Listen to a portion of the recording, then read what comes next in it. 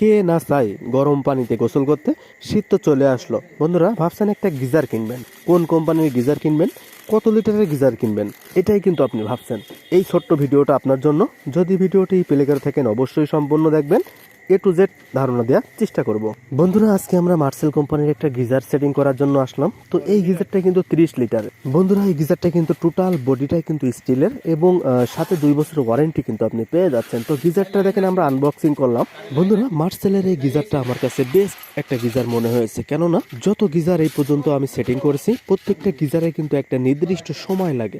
এই সময়ের ভিতরে পানিটা গরম হয়, নির্দিষ্ট সময়ের আগেই কিন্তু পানি গরম হয়ে গেছে। তো এটাই কিন্তু আমার কাছে আশ্চর্যজনক মনে হয়েছে যে এই গিজারটা সবচেয়ে বেস্ট। তবে 30 লিটারের যত গিজার আমি এই পর্যন্ত সেটিং করেছি প্রত্যেকটা গিজারে কিন্তু 15 থেকে 20 মিনিট পর্যন্ত সময় লাগে। তো এই গিজারে কিন্তু 5 থেকে 6 মিনিটের ভিতরে ফুল পানি হিট হয়ে যায়। তো বন্ধুরা এখানে কিন্তু আমাদের গিজারে কোনো সিস্টেম করা নাই, আমাদেরকে নতুনভাবে গিজার এখানে সেটিং করার পরে তারপরে পানির লাইনটা ক্লিয়ার করতে হবে। তো বন্ধুরা গিজারটা যার পরে রাখবো আমরা টোটাল এখানে জিআই পাইপটা কিন্তু আমরা সুন্দরভাবে টাইট করে নিয়েছি, কেননা গিজারটা কিন্তু 30 লিটার আর এখানে টোটাল যখন 30 লিটার পানি থাকবে গিজারটা কিন্তু পড়ে যাওয়ার সম্ভাবনা থাকবে।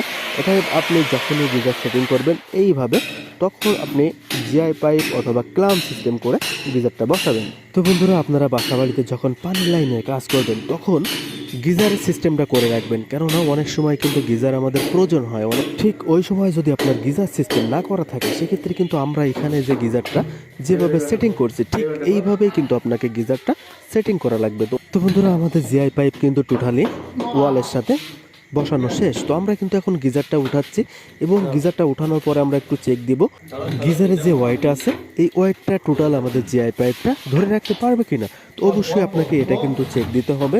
অনেক সময় গিজার সেটিং করার পরে জিআই পাইপটা কিন্তু ভেঙে যাওয়ার সম্ভাবনা থাকে। তো অবশ্যই আপনি এটা চেক দেওয়ার পরেই কিন্তু গিজারটা স্টার্ট করবেন। তো বন্ধুরা ভিডিও শুরু থেকে আমি যে কথা আপনাদেরকে বলছি কোন কোম্পানির গিজার কিনবেন এবং কত লিটারের গিজার কিনবেন। তো বন্ধুরা আমার ব্যক্তিগত মন থেকে আমি কিন্তু বাজাজ কোম্পানির যে 10 লিটারের গিজারটা রয়েছে ওইটা কিন্তু বেশ ভালো মনে করি। কেন মনে করি সেটাও আমি বলবো। বন্ধুরা আমার যতটুকু প্রয়োজন আমি ঠিক ততটুকু পানি গরম করতে পারবো।